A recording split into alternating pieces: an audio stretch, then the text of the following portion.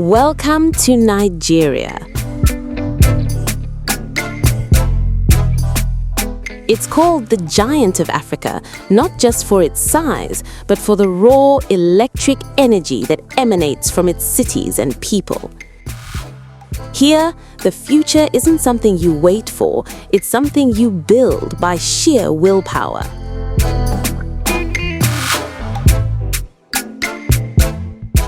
A land of vibrant colors, pulsating rhythms, and relentless entrepreneurial energy. With a population exceeding 220 million people, Nigeria is not just a country, it is a complex, beautiful, and dynamic continent within a nation. With the largest gross domestic product on the continent, it is the economic heart of Africa. But beyond the numbers, Nigeria is a fascinating human mosaic. More than 250 ethnic groups speaking over 500 languages, united under a single green and white flag.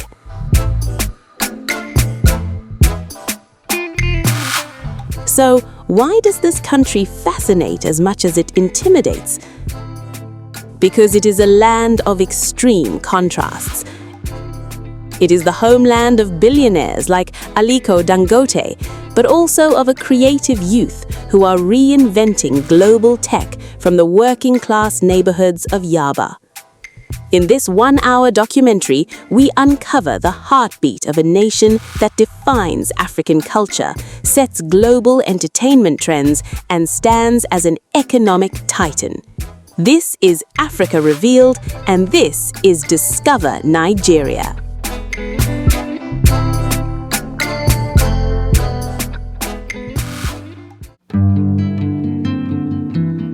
Welcome to Nigeria, a nation occupying 923,768 square kilometers in West Africa, bordered by Niger to the north, Chad to the northeast, Cameroon to the east, Benin to the west, and the Atlantic Ocean to the south.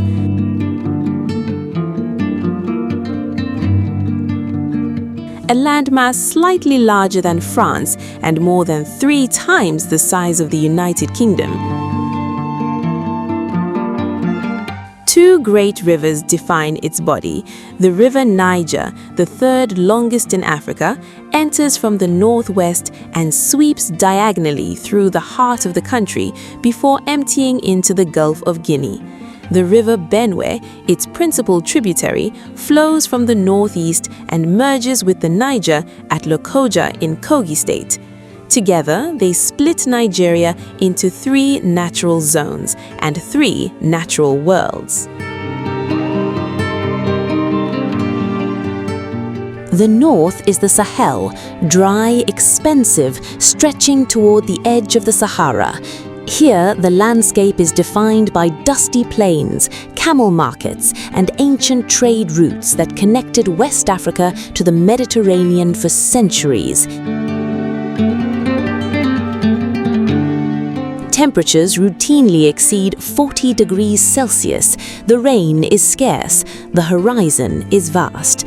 This is the land of the Hausa city-states, of Islamic scholarship, of emirates that governed millions long before European maps existed. The middle belt is the savanna, rolling grasslands punctuated by rocky outcrops, river valleys, and the Jos Plateau, a temperate highland so elevated and cool that it once recorded snowfall, a meteorological anomaly in a country associated with relentless heat. The Jos Plateau stands at over 1,200 meters, its climate so mild that colonial officers once called it the Switzerland of West Africa. Here, the Tiv, the Berum, the Jukon, and dozens of other ethnic groups farmed the fertile valleys for centuries, building societies that the colonial record barely acknowledged. The south is tropical, mangrove swamps, dense rainforest, and an 853-kilometer coastline along the Gulf of Guinea. This is where the oil lies, where the ports operate, where the economic engine runs. It is also where the Niger Delta spreads across 70,000 square kilometers, the third largest mangrove forest on Earth, a labyrinth of creeks, waterways, and communities accessible only by boat. A landscape of staggering beauty that the news reports never show. If you are looking for the beating heart of Nigeria's economy, you will find it not in the capital, but 700 kilometers to the southwest on the shores of the Atlantic. Lagos, Eko, a city of over 20 million inhabitants, making it the largest metropolis in Africa and one of the fastest growing urban centers on the planet.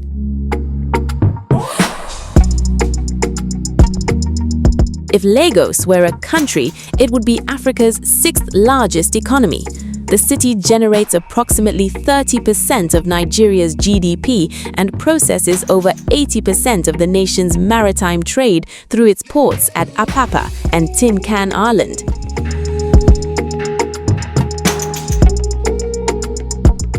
But Lagos is more than an economic statistic. It is a force of nature, a city that never sleeps, never slows, never accepts the status quo.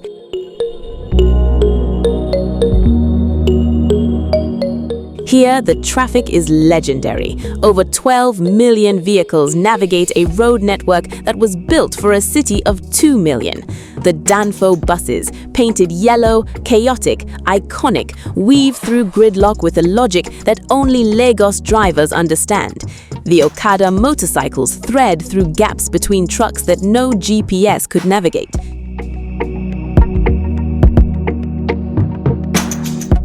Yet, within this chaos, Lagos operates with a precision born of necessity. Markets open at 5 a.m., street vendors distribute millions of meals daily, tech hubs launch products that reach global markets, nightclubs pulse until 4 a.m. and resume at noon. The city is also transforming physically. Eco Atlantic, a 10-square-kilometer development rising from reclaimed land on the Atlantic coast, represents the ambition of a city that literally builds new ground beneath its feet. With residential towers, commercial districts, and a seawall designed to protect Victoria Island from coastal erosion, Eco Atlantic is the most ambitious urban engineering project in West Africa.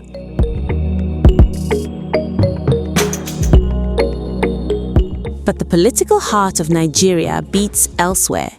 In 1991, the capital moved from Lagos to Abuja, a purpose-built city in the center of the country, designed to symbolize national unity and to bring governance closer to the geographical midpoint of a nation where the North and South had historically felt alienated from each other. Abuja is order. Wide avenues, modernist architecture, the National Assembly building, Aso Rock, the 400-meter monolith that looms behind the presidential villa like a geological guardian. The city's master plan, designed by the Japanese architect Kenzo Tange, was meant to accommodate 3 million residents. Today, it houses over 4 million, proof that even planned cities cannot escape Nigeria's growth. For most foreigners, Abuja remains invisible. The images of Nigeria that reach the world are almost exclusively images of Lagos. But Abuja is where policy is written, where diplomatic summits convene, where the decisions that shape 200 million lives are made behind the glass walls of the Three Arms Zone.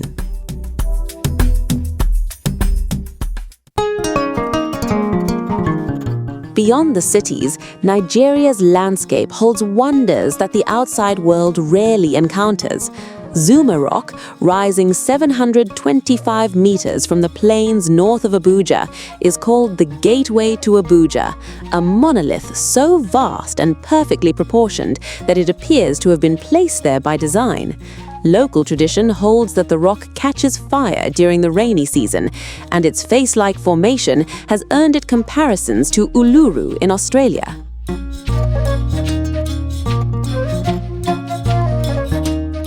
Obudu Mountain Reserve in Cross River State, near the Cameroon border, offers something that most people do not associate with Nigeria: a cable car ride over temperate mountain terrain, a canopy walkway through cloud forest, and temperatures that drop to 18 degrees Celsius, cool enough for a sweater. The rolling green hills, the cattle ranch at the summit, and the mist that settles each morning make this one of the most unexpected landscapes on the continent. Yankari Game Reserve in Bauchi State is Nigeria's premier wildlife sanctuary. Here, elephants still move through the savannah, and the Wiki warm springs, crystal pools of 31 degrees water emerging from the rock, offer a swim in the wild that few other West African reserves can match. In a region where safari tourism is overwhelmingly associated with East Africa, Yankari is a reminder that the same wildlife, the same landscapes, and the same potential exist here, massively underexploited but unmistakably present.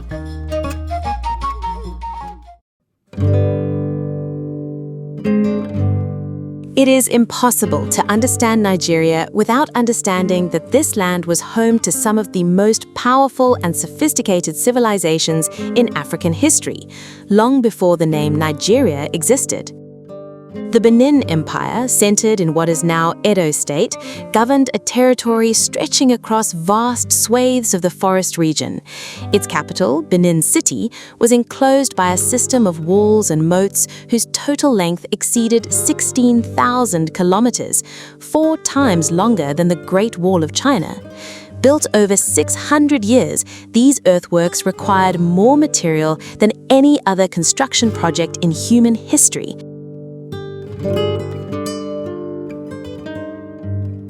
They were a feat of engineering that European visitors in the 15th and 16th centuries described with astonishment before British forces destroyed them in 1897. The Kanem-Borno Empire, founded around the 8th century near Lake Chad, endured for over 1,000 years. It maintained diplomatic relations with North African states,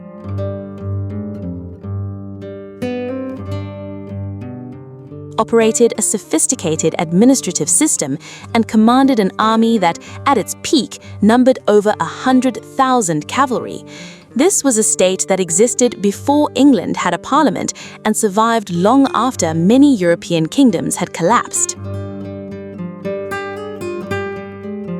The Oyo Empire, dominated by the Yoruba people, controlled a vast territory across the savanna and forest belts. Its cavalry, equipped with horses bred in the northern grasslands, expanded Yoruba influence from the Atlantic coast to the Niger River. The Alaafin of Oyo, the emperor, governed through a council of notables known as the Oyo Messi, a system of checks and balances that some historians compare to a proto-democratic constitution. The Nok civilization, dating from approximately 500 BC to 200 AD, produced terracotta sculptures that remain among the earliest known examples of figurative art in sub-Saharan Africa. These sculptures, stylized heads with elaborate hairstyles, expressive eyes, and intricate ornamentation, demonstrated that complex artistic traditions existed here 2 millennia before any European museum could display them.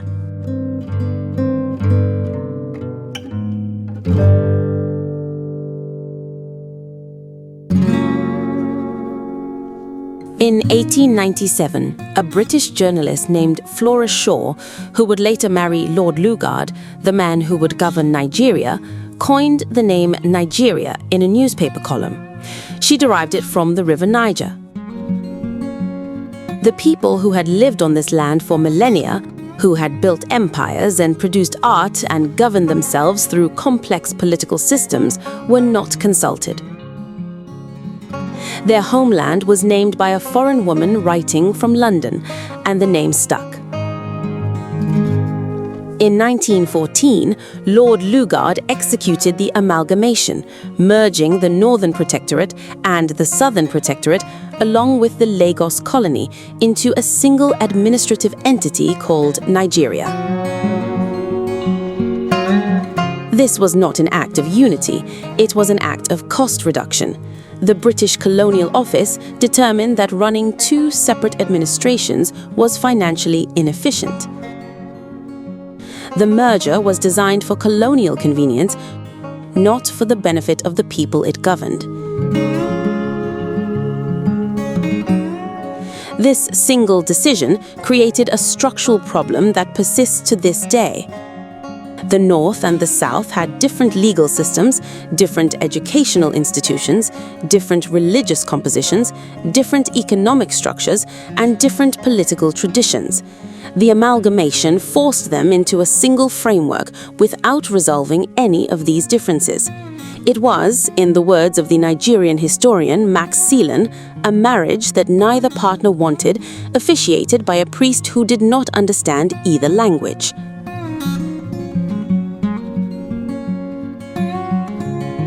Colonial extraction followed. Palm oil, cocoa, groundnuts, and later petroleum were channeled toward British markets.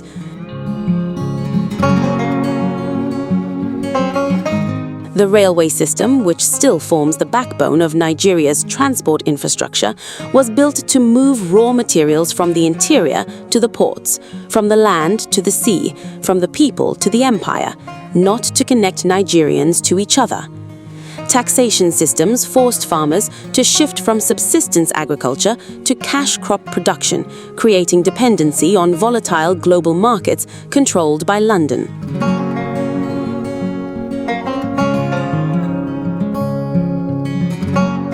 The Benin bronzes, thousands of brass plaques, sculptures and ceremonial objects produced by Benin craftsmen with a level of metallurgical sophistication that stunned European collectors, were looted during the 1897 punitive expedition.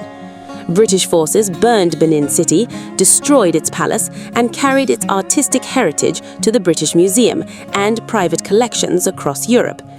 Over 120 years later, some have been returned, most have not. The bronzes are not merely art, they are the documented history of a civilization, a history that was physically removed and displayed in the country that destroyed it.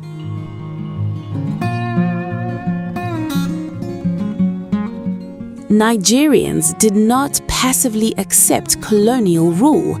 The Aba Women's Riots of 1929, more accurately described as the Women's War, was one of the first major anti-colonial protests in Africa.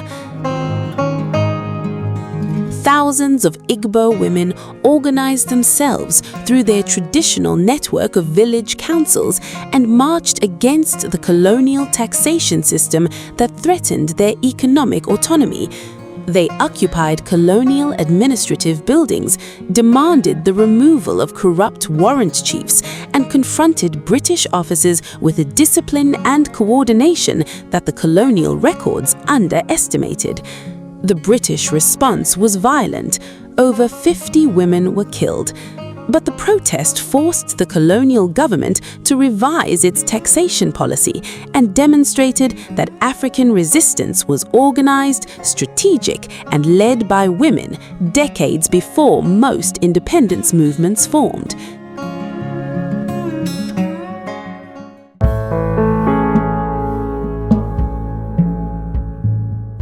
Independence arrived on October 1, 1960. Nnamdi Azikiwe became the first president. Abubakar Tafawa Balewa served as prime minister. The optimism was immense. Nigeria was the most populous country in Africa, endowed with agricultural wealth, mineral resources, and a class of educated professionals trained at the best universities in the world. The New York Times declared that Nigeria might become the beacon of Africa. The British, who had extracted wealth from the land for 60 years, handed over a country whose infrastructure was designed for export, not development, and whose political system was designed for division, not unity.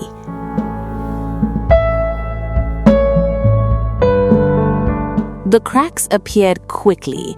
The federal structure inherited from the Amalgamation amplified regional rivalries. The 1964 elections were marred by widespread irregularity. The northern region, the southern region, and the western region operated as de facto power blocks, competing for control of the center rather than building a shared national project. In January 1966, a military coup led by predominantly Igbo officers overthrew the civilian government. In July 1966, a counter-coup led by predominantly northern officers reversed it. The pattern was established: political crisis, military intervention, promises of reform, and a return to crisis. Of the 40 years following independence, 33 were spent under military rule. The most devastating chapter came in 1967, when Colonel Odumegu Ojukwu declared the independence of the eastern region as the Republic of Biafra. The proximate cause was a series of pogroms targeting Igbo people in the north, in which thousands were killed. The deeper cause was a nation whose structure, inherited from the colonial amalgamation, had never resolved the question of whether its constituent parts could coexist as equals.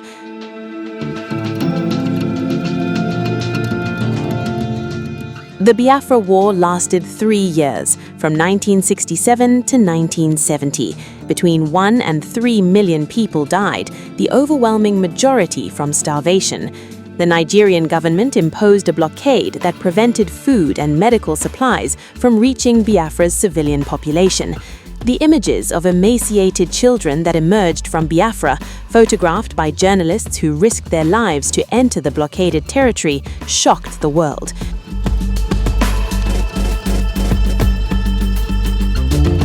The war ended with Biafra's surrender. The official declaration was "No victor, no vanquished," but the scars remain.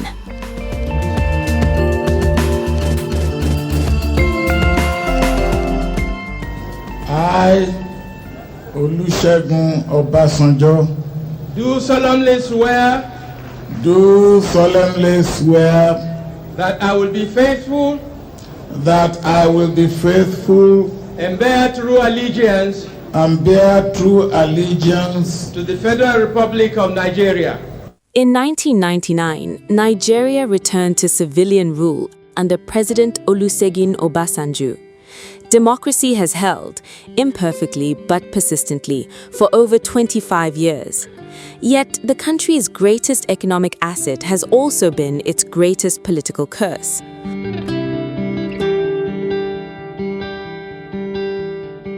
Oil was discovered in commercial quantities at Oloibiri in 1956, in what is now Bayelsa State. By the 1970s, petroleum revenues had transformed Nigeria from an agricultural economy into one of the world's major oil producers. The Nigerian National Petroleum Corporation estimates that the country has earned over $600 billion from oil since exploration began. But the Niger Delta, the region where the oil is extracted, remains one of the most underdeveloped areas in the country. The communities who live on the land that generates this wealth receive a fraction of the revenue. Oil spills have contaminated water sources and farmland. Gas flaring, the burning of natural gas released during oil extraction, has continued for decades, releasing toxic emissions into communities that cannot afford to relocate. The United Nations Environmental Programme estimates that a proper cleanup of Ogoniland alone would require 30 years and $1 billion. This is the paradox that defines Nigeria's modern history. A nation with the resources to transform an entire continent, yet whose most resource-rich region remains impoverished. The colonial template, extract wealth from the land, channel it outward, leave the people who live there with the consequences, was not dismantled at independence, it was transferred to new hands. And the hands that received it, for the majority of the post-independence period, were military hands, unaccountable to the communities whose wealth they controlled.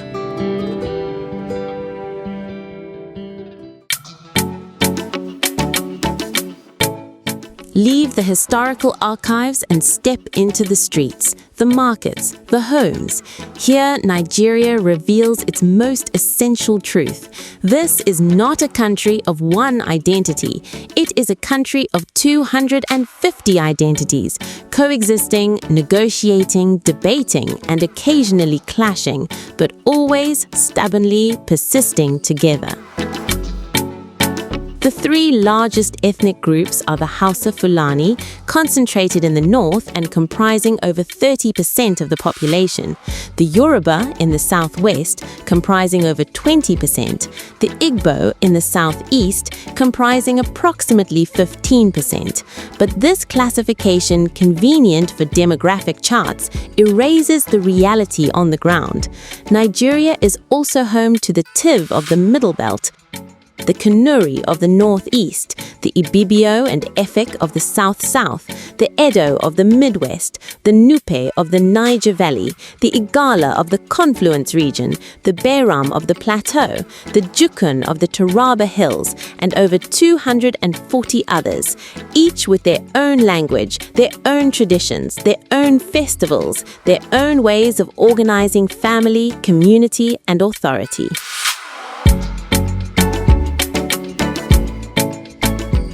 Among these groups, the Yoruba occupy a unique position, not because of their size within Nigeria, but because of their reach beyond it. The Yoruba diaspora stretches from the streets of Lagos to the temples of Salvador da Bahia in Brazil, the ceremonial grounds of Havana in Cuba, the spiritual houses of Trinidad and Tobago, and even the Yoruba town in Mexico City. When enslaved Yoruba people were forcibly transported across the Atlantic during the transatlantic slave trade, they carried their religion with them. The Orishas, Oshun, the goddess of rivers and fertility, Shango, the god of justice, and Yemoja, the mother of waters, were not erased. They adapted. They became the saints of Santeria in Cuba, the deities of Candomblé in Brazil, the spirits of Lukumi in the Caribbean. Today, millions of people across the Americas practice religions rooted in Yoruba cosmology, many of whom have never set foot in Nigeria. The Yoruba diaspora is not a footnote in Nigerian history. It is one of Africa's most profound contributions to world civilization.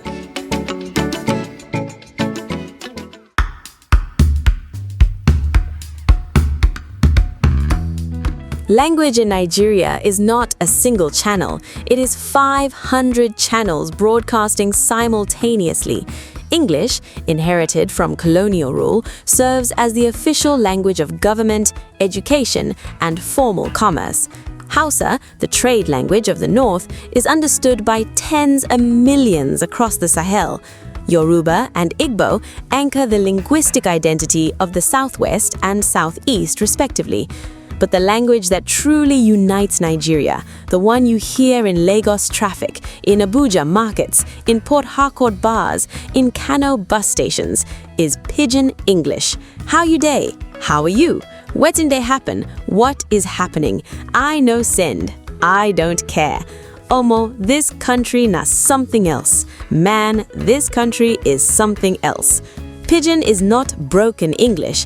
It is a Creole language with its own grammar, its own idioms, its own poetry, born from the collision of English syntax and African linguistic structure.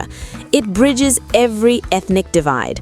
A Hausa trader and an Igbo engineer may not share a mother tongue, but they can negotiate a contract in Pidgin in 5 minutes. The fight to preserve indigenous languages is real. UNESCO estimates that over 20 Nigerian languages are endangered, some with fewer than 500 speakers remaining.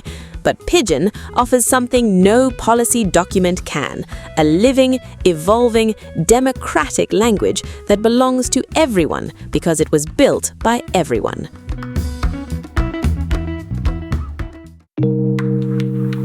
Nigeria is roughly divided between Islam and Christianity, with traditional African spirituality practiced alongside and through both. The north is predominantly Muslim, the south is predominantly Christian. The middle belt is where the two meet and where the complexity becomes visible. But this statistic obscures the daily reality. In most Nigerian homes, religious identity is layered, not rigid. A Muslim family in Kano may consult a traditional healer for a child's illness while also observing Ramadan. A Christian household in Enugu may light candles at church on Sunday and pour libations to ancestral spirits on Tuesday. The boundaries are porous because they have always been porous. Long before Islam arrived via trans-Saharan trade routes and Christianity arrived via colonial missions, the spiritual systems of the land, the Orisha worship of the Yoruba, the Allah belief of the Igbo, the Bori practices of the Hausa, were the foundation. They did not disappear, they were incorporated. What the international media shows is the friction, the sectarian conflicts, the extremist violence, the communal tensions. These are real and they are serious, but they are not the whole story. For the vast majority of Nigerians, religious difference is a fact of daily life, managed through negotiation, humor, and the practical recognition that your neighbor's faith does not prevent you from sharing a meal, a bus ride, or a business partnership.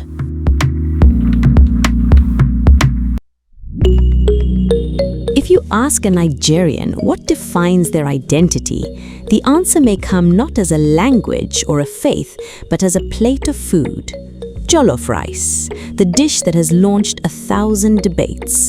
The Jollof Wars, the rivalry between Nigeria, Ghana, and Senegal over whose version is superior, are not merely internet entertainment, they are serious cultural conversations about heritage, technique, and pride.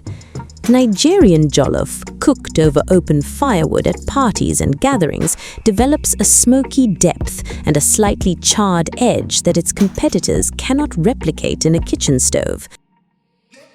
The rice absorbs the tomato paste, the pepper, the stock, and the fire in a way that transforms a simple grain into a communal experience. Its origins lie with the Wolof people of Senegal. The word Jollof derives from Wolof, but Nigeria has made it iconic, exportable, and undeniable. Street food in Nigeria is an infrastructure of its own.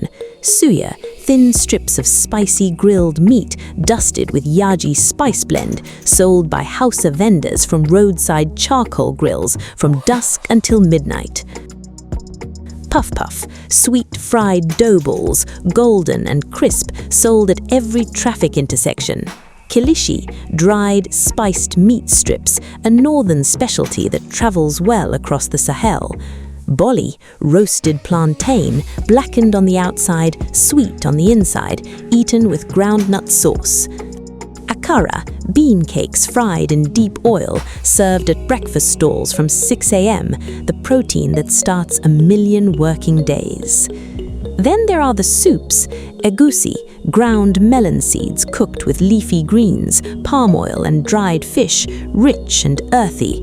Ogbono, wild mango seeds that create a viscous, glossy texture unlike anything in Western cuisine. Ewedu, jute leaves blended into a slippery, silky broth served with amala. Okra, cut into rounds or blended, its texture defined by the cook's preference and the region's tradition. And the swallow foods that accompany them, fufu, pounded from cassava or yam. Amala, made from yam flour, dark and smooth. Eba, from gari, cassava flakes roasted and rolled into a dough. Pounded yam, the prestige swallow, labor-intensive and beloved. Semo, a wheat-based alternative for those who want speed without sacrificing the ritual. Eating with the right hand from a shared bowl, pressing the swallow into the soup, shaping it, dipping it, is not merely a method, it is a ceremony of communion. The bowl is the table, the hand is the utensil, the shared meal is the social contract.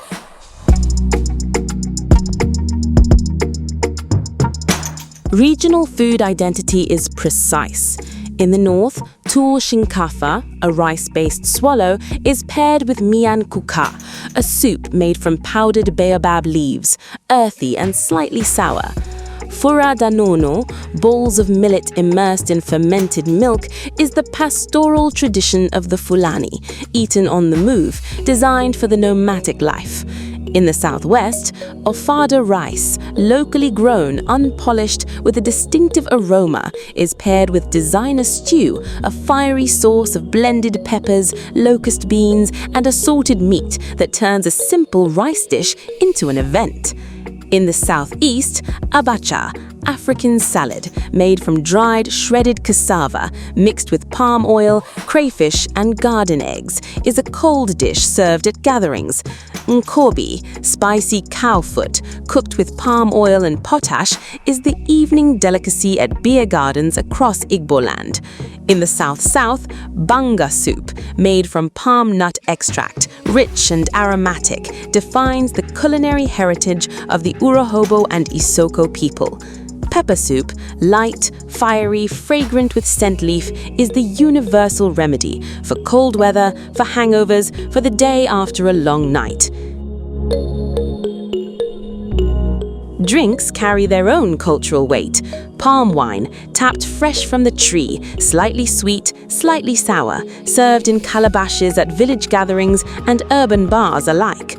Zobo, hibiscus drink, deep red, tart and refreshing, brewed at home and sold at every roadside stall. Kunu, millet drink, slightly fermented, thick and nourishing, the breakfast beverage of the north. Chapman, Nigeria's signature cocktail, a blend of fizzy drinks, grenadine, Angostura bitters, and citrus, garnished with cucumber slices, served in tall glasses at every Lagos lounge. The drink that proves Nigerians can invent cocktails as confidently as they invent everything else. Nightlife completes the picture. Suya spots that open at 11 p.m. and close at 3 a.m. Beer gardens, where pepper soup is the required companion to every bottle. Owambe parties, Yoruba celebrations that begin at noon, peak at midnight, and end at 4 a.m., where the food, the music, the fashion, and the communal joy are all inseparable.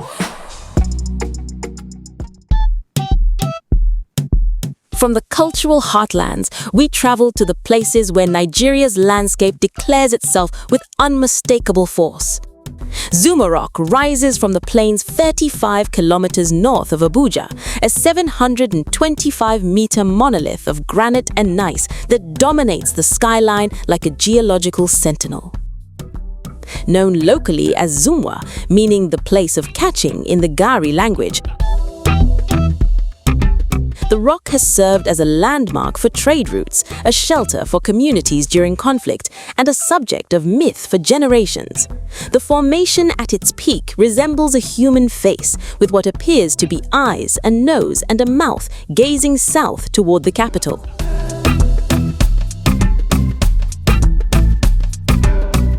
Local tradition holds that the rock possesses a spirit that watches over the surrounding land, and that during heavy rains, fire can be observed at its summit, a phenomenon attributed to the intersection of lightning and the rock's iron-rich composition.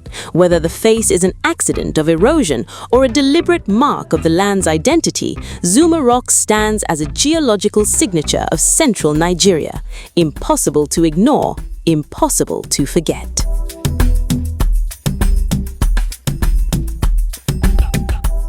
From the plains, we ascend. Obudu Mountain Resort, perched at 1,576 meters on the Obudu Plateau in Cross River State, near the Cameroon border, is a landscape that contradicts every assumption about Nigeria's geography. Here, the air is cool. The hills roll in green waves. A cable car, the longest in Africa at 4 kilometers, carries visitors from the base to the summit, where a cattle ranch, a water park, and a canopy walkway await.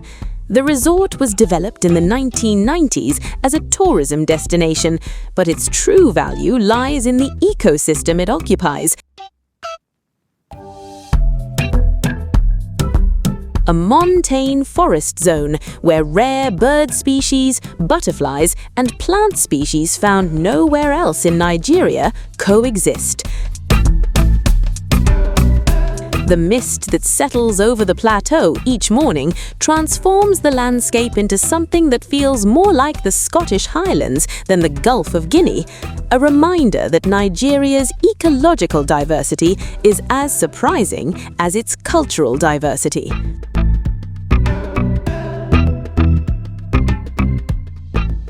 Descending from the mountains into the savannah, Yankari Game Reserve in Bauchi State offers the best opportunity to witness West African wildlife in its natural habitat. Established in 1956 and covering over 2,244 square kilometers, Yankari is home to one of the largest elephant populations in Nigeria, approximately 350 individuals, along with buffalo, hippopotamus, roan antelope, and over 350 bird species.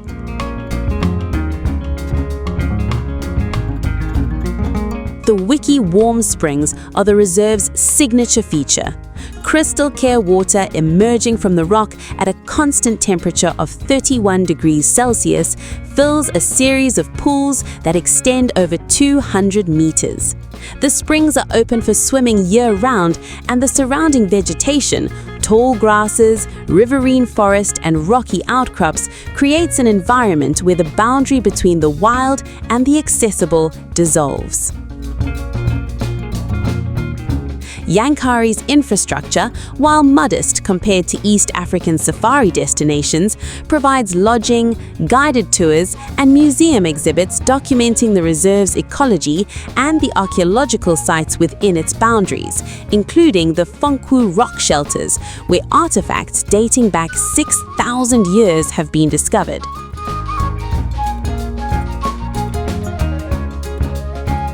Why Yankari is not on every global safari itinerary is a question that reflects Nigeria's broader tourism challenge. The wildlife, the landscapes, the accommodation, and the accessibility exist. What has been missing historically is the marketing infrastructure, the international connectivity, and the security perception that would bring the visitors who currently travel to Kenya, Tanzania, and South Africa to consider West Africa as a viable safari destination. Yankari is proof that the product exists. The market is waiting to be built.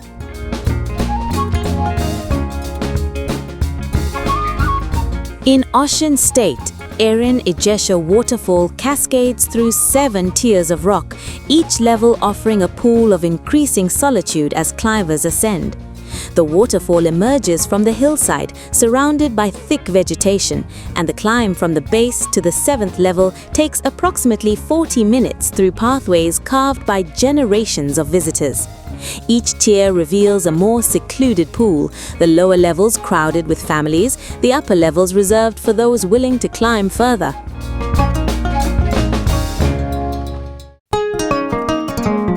The site is sacred to the local community, who regard it as a dwelling place of spirits and a source of healing water. The Osun state government has developed basic infrastructure, stairways, rest areas, and signage while preserving the natural character of the site.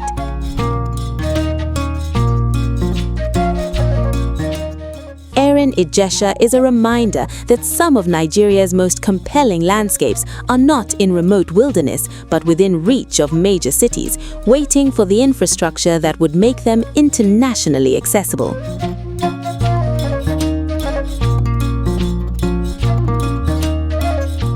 In Abeokuta, the capital of Ogun State, Oluma Rock rises 137 meters above the city. a formation of granite and gneiss that served as a fortress for the Egba people during the intertribal wars of the 19th century. The rock's caves, crevices, and flat platforms provided shelter for hundreds of families during periods of conflict, and the shrines maintained at its base, dedicated to the deities believed to have protected the Egba during their exile, are still tended by priests today.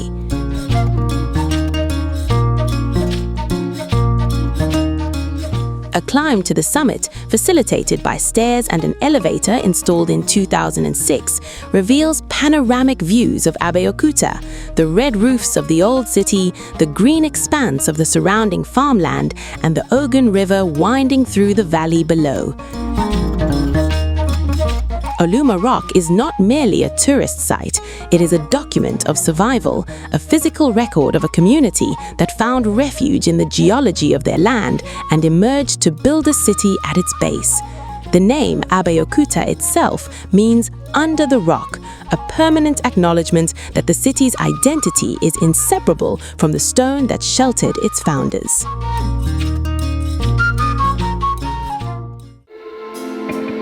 From the rocky highlands, we descend into the waterways.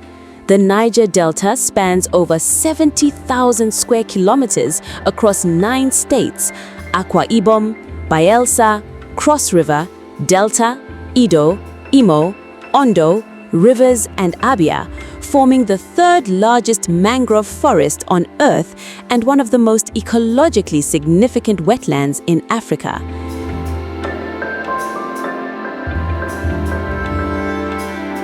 The delta is a labyrinth.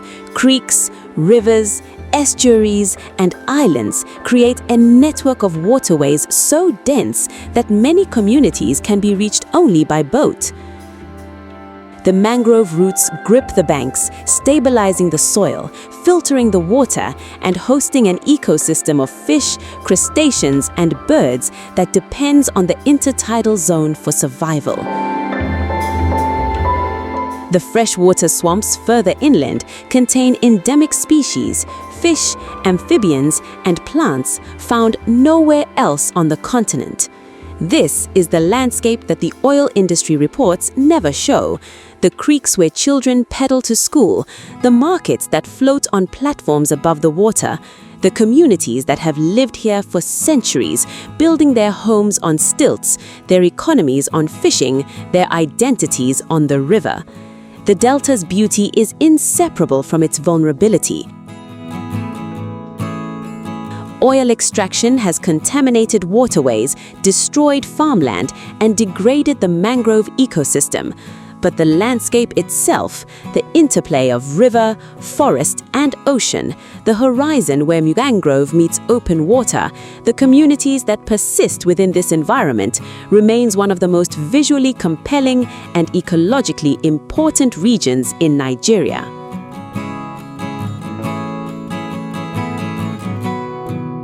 Even within Nigeria's most urban landscape, nature persists. The Lekki Conservation Center, on the Lekki Peninsula in Lagos, preserves 78 hectares of coastal savanna and wetland within the boundaries of the country's largest city. The centerpiece is a 401-meter canopy walkway, the longest in Africa, suspended above the forest canopy, offering a view of the ecosystem from a height that reveals its full structure. The ground layer of grasses and shrubs, the mid-story of smaller trees, and the canopy of mature specimens, where monkeys, birds, and bats move freely.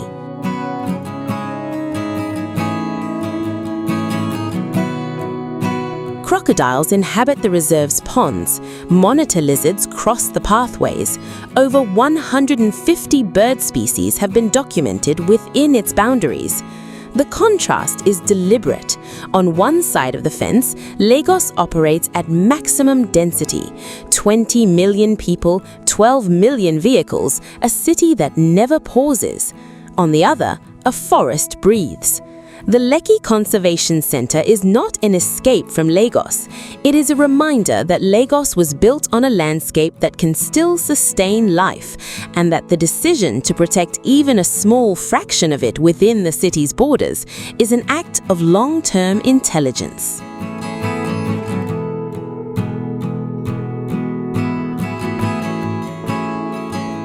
The Jos Plateau in Plateau State occupies a geological and climatic position unique within Nigeria. Rising over 1,200 meters above sea level, the plateau experiences temperatures that can drop below 10 degrees Celsius at night, a climate so temperate that during the colonial period, British officers stationed in Jos referred to it as the hill station, borrowing terminology from the British Raj in India, where similar highland retreats offered respite from the tropical heat of the plains.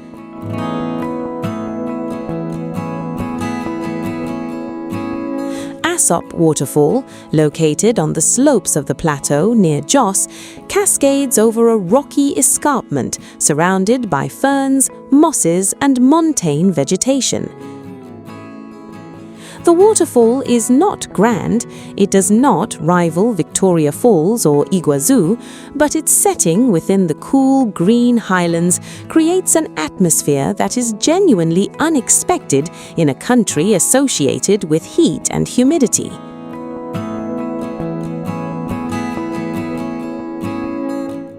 Jos was once the premier domestic tourism destination in Nigeria, a place where families from the south would travel during the dry season to experience a climate that felt, they said, like another country.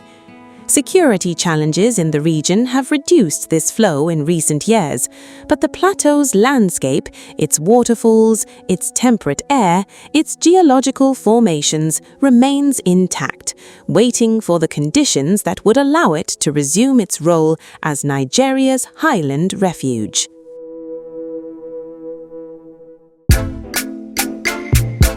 From the waterways and the highlands, we return to the streets and to the sound that has made Nigeria's cultural presence undeniable on every continent. The story begins with one man, Fela Anikulapo Kuti. Born in Abeokuta in 1938, he invented Afrobeat, a fusion of Yoruba rhythms, high life, jazz, funk, and direct political confrontation. Fela died in 1997, but the sound he created did not. It evolved. Modern Afrobeats, a genre distinct from Fela's Afrobeat in tempo, production, and lyrical focus, has become Nigeria's most powerful cultural export.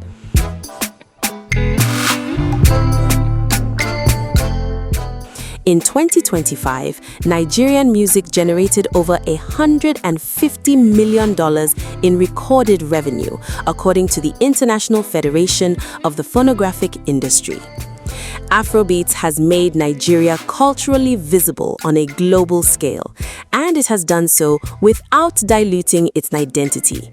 The rhythms are Yoruba, the pidgin is Nigerian, the production is Lagos, the audience is the world.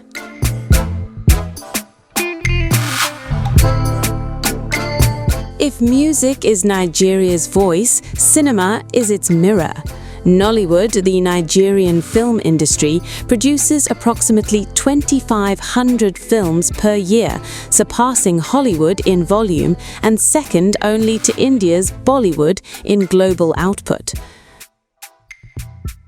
The industry employs over 1 million people directly and indirectly, making it the second largest employer in the country after agriculture. The industry was born out of economic necessity. Local filmmakers brilliantly utilized affordable VHS and digital formats to bypass traditional, collapsed theater infrastructure. Today, this cinematic powerhouse is a massive pillar of Nigeria's economy. Backed by partnerships with major streaming platforms like Netflix and Amazon Prime,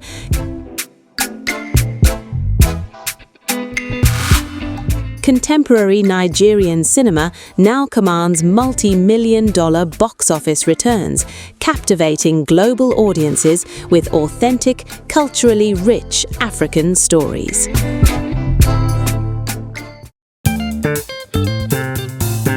Nigerian fashion operates on a principle that distinguishes it from every other fashion industry on the continent. Tradition is not a constraint, it is a raw material.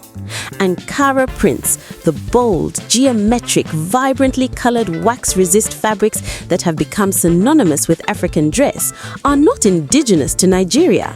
They arrived from Indonesia via Dutch colonial trade routes in the 19th century and were adopted by West African markets with such enthusiasm that the designs were eventually localized, the patterns assigned meanings, and the fabric woven into every significant life event: weddings, funerals, naming ceremonies, festivals.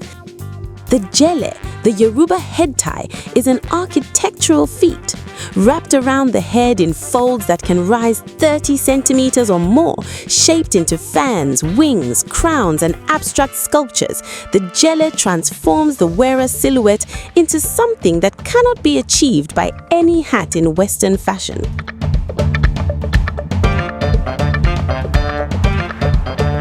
Sowebi, the practice of families and friends wearing coordinated outfits at celebrations, is a social institution.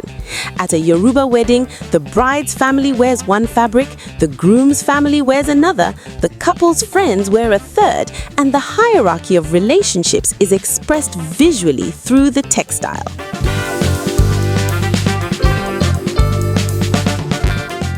Lagos Fashion Week, held annually since 2011, has become the primary platform for Nigerian designers to present to international buyers. Nigerian designers have dressed Beyoncé, Michelle Obama, Zendaya, and Naomi Campbell. The fashion industry's estimated annual revenue exceeds $4 billion, and its growth rate reflects a generation that treats dress as both identity and enterprise.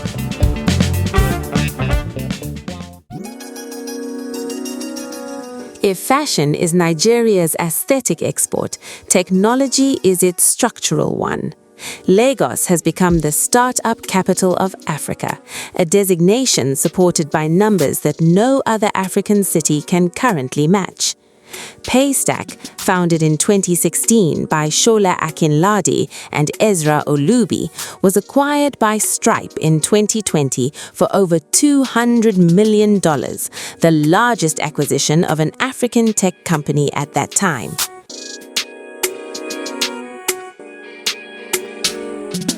Flutterwave, founded by Olugenga Agbola, reached a valuation of $3 billion by 2022, processing payments across 34 African countries.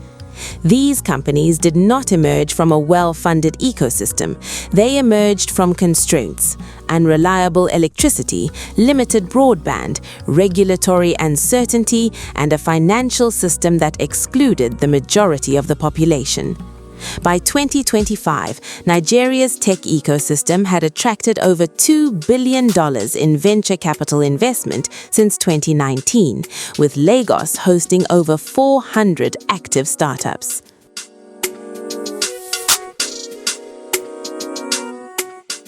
Nigerian humor is a cultural infrastructure. It is not peripheral to Nigerian identity, it is central to it.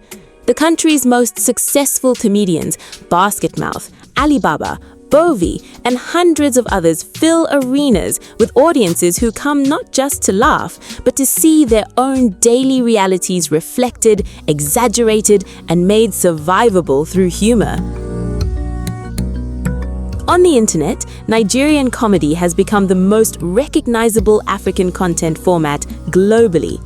Instagram skits, TikTok videos, and YouTube channels producing comedy in Pidgin English reach millions of viewers who may not understand every word, but understand the rhythm, the exaggeration, and the irrepressible energy. Nigerian slang: omo, man; wala, problem; sabi, to know; Japa, to flee, has entered global internet vocabulary through memes, tweets, and video captions, creating a linguistic presence that parallels Afrobeats' musical one. Humor in Nigeria is not merely entertainment. It is a coping mechanism, a social commentary, and a democratic medium. In a country where political criticism can carry risks, comedy offers a channel for truth that operates through exaggeration rather than confrontation. The comedian who mocks the power grid, the traffic, the bureaucracy, and the absurdity of daily life is performing a function that the editorial page cannot, making the truth survivable by making it funny.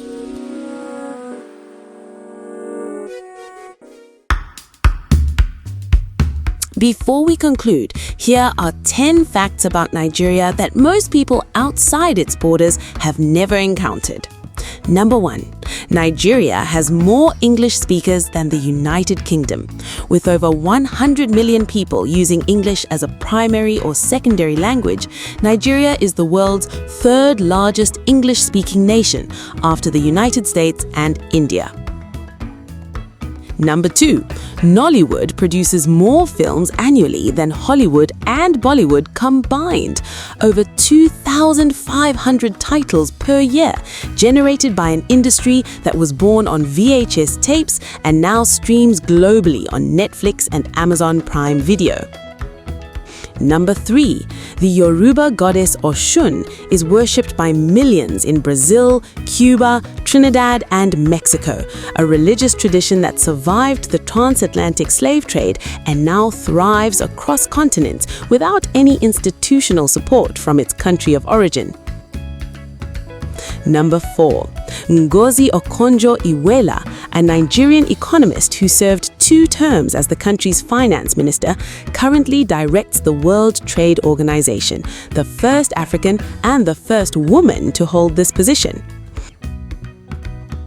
Number 5. The Jos Plateau is so temperate that it has recorded snowfall, an event so unexpected in a country associated with tropical heat that it was documented as a meteorological anomaly and remains a source of local pride. Number 6. The world's largest butterfly diversity is found in Cross River State, where over 1,800 species have been documented, a biodiversity concentration that surpasses any comparable region on the continent. Number 7. Wole Soyinka, born in Abeokuta in 1934, became the first African to receive the Nobel Prize in Literature in 1986, not for writing about Africa for Western audiences, but for writing in English with a voice that was undeniably, unmistakably Nigerian. Number 8.